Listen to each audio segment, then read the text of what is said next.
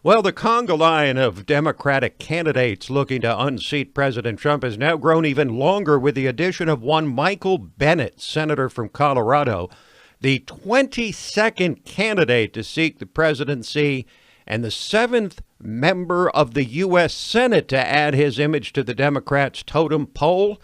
For sure, you cannot tell the players without a scorecard. So we brought in our chief political correspondent, Graham Noble, to help us sort it all out. Hello, Graham. Hello, Tim. How you doing? I'm doing well. Now, I'm going to just rattle off the names of the 22 Democratic candidates and have you take the discussion in whatever direction. Here they are. Michael Bennet, Joe Biden, Cory Booker, Pete Buttigieg, Julian Castro, John Delaney, Tulsi Gabbard, Kirsten Gillibrand, Mike Gravel, Kamala Harris, John Hickenlooper, Jay Inslee, Amy Klobuchar, Wayne Messam, Seth Moulton, Beto O'Rourke, Tim Ryan, Bernie Sanders, Eric Swalwell, Elizabeth Warren, Marianne Williamson, and Andrew Yang. Take it from there. I would imagine this list is going to thin out pretty quickly once things really start to get heated up here, particularly when we get close to and into the primary debates. I think there's going to be a lot of drop off there. I really think that, at least half that field has no chance of lasting any more than, 3 or 4 months. Why are so many candidates running? And so many running with zero chance of winning. In your most recent article on this subject, Tim, you actually pointed out something which nails down the underlying reason why a lot of these people run for president, and that is just so that they can say former presidential candidate, and as you pointed out, bumping up their speaking fees and kind of burnishing their bona fides, as it were. Right, and so they can then get a better shot at a book deal later. What I learned from running for president. It's a natural, is it? Now, what as we turn to Joe Biden here, Graham, what to make of recent revelations about the clear frontrunner, Joe Biden, and the influence he exerted to land high-paid positions and cut massive deals with companies for his son, Hunter, in Ukraine and China?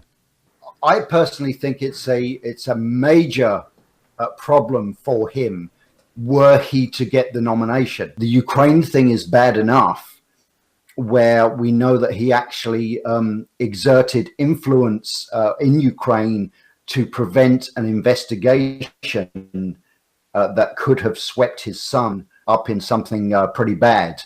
But I almost think the worst problem for him is his son's relationship with China, because China is, when it really comes down to it, China is our main adversary on the world stage. Now, you said Biden would have trouble with his ties to Ukraine and China and sweetheart deals for his kid, making millions of dollars for a no-show job in a business he knew nothing about, in a country he knew nothing about.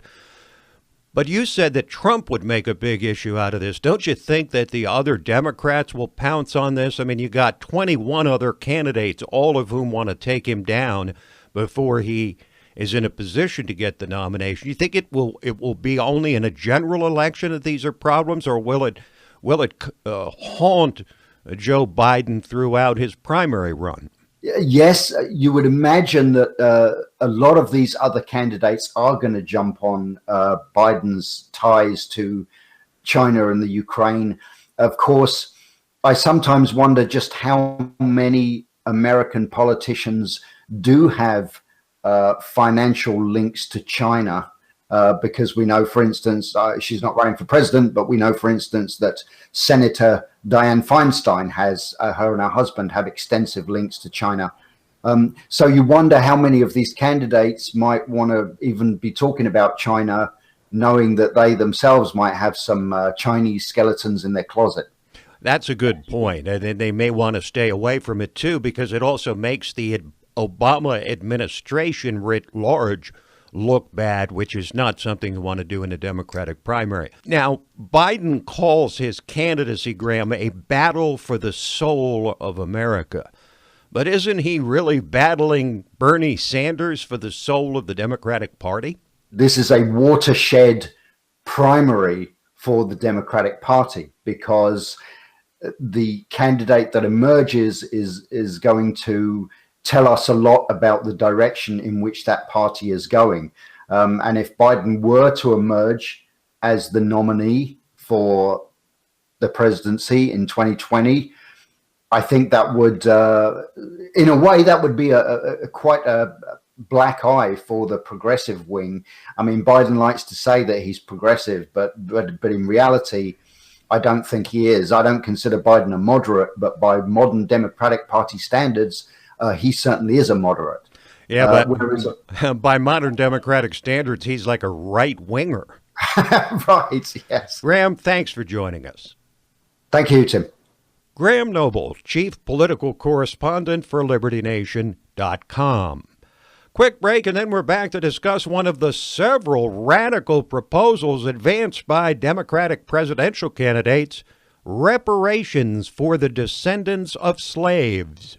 Exhausted by all the fake news? On LibertyNation.com's YouTube channel, facts and fresh, bold analysis are what you get without the leftist spin. Subscribe today to the LibertyNation.com YouTube channel, because Truth is making a comeback.